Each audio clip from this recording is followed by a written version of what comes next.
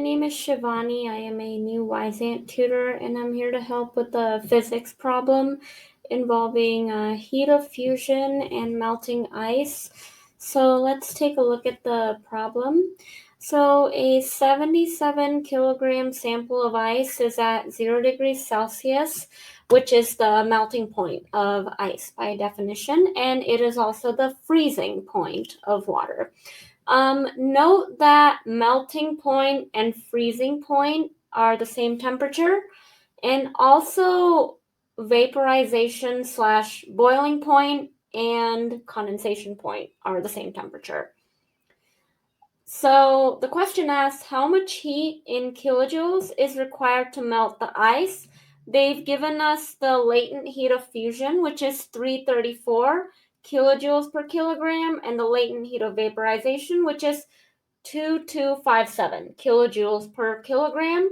Now, since we're only melting the ice, we're not boiling it, we don't need this LV. We only need the latent heat of fusion. So here's my setup. I have noted down the mass and the latent heat of fusion. So the heat required to melt the ice is going to be the mass times the latent heat of fusion, which is 77 kilograms times 334 kilojoules per kilogram.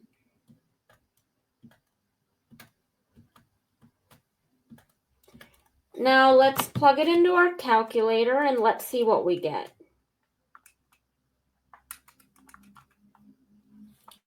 So I got 2.57 times 10 to the power 4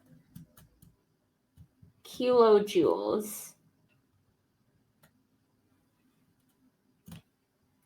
So our final answer is going to be 2.57 times 10 to the power 4 kilojoules. Let me just double check that one more time. All right. So there you have it. That pretty much wraps up the answer and the explanations. If you have any questions, feel free to leave a comment in the comment section. And since I still have a few minutes left, these videos typically have to be 5 minutes or longer. So I'm just going to add in some more some equations that might be helpful. So let me open up another board here. So I'm just going to write down some equations that might be helpful for you with solving future problems involving temperature change or phase change. So heat required for melting and freezing is going to be equal to mass times latent heat of fusion. And I'm just going to write here in parentheses or in the bottom, must be negative. So multiply by -1 if you're freezing, because the sample is going to be losing heat if it's freezing. Now, similarly, heat required for boiling, or let's say vaporization or condensation, is equal to mass times latent heat of vaporization. And similarly, you want to multiply by -1 if condensation. Now, lastly, heat required to change temperature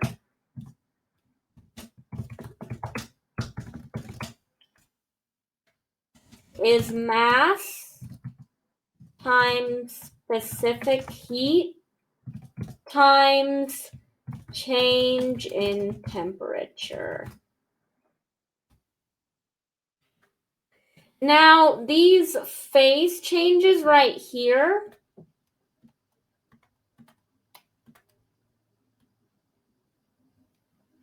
phase changes occur at constant temperature.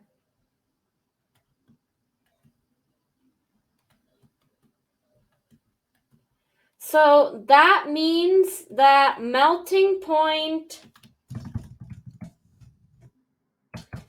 temperature is going to be equal to freezing point temperature, and similarly, vaporization point or boiling point is going to be the same as the condensation point. Let me make this smaller since I am going out of my window here.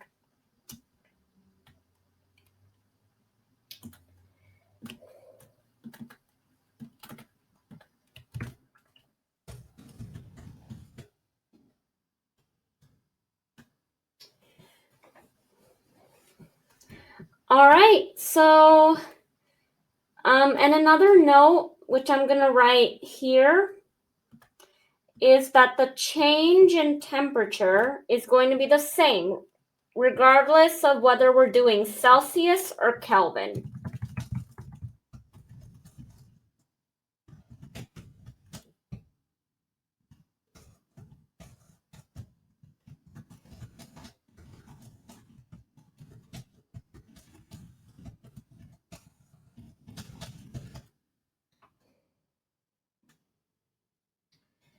All right.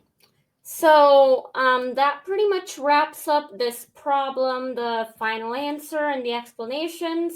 If you have any questions, like I said earlier, feel free to leave a comment in the comment section, and I hope this helps. Thank you and have a wonderful day.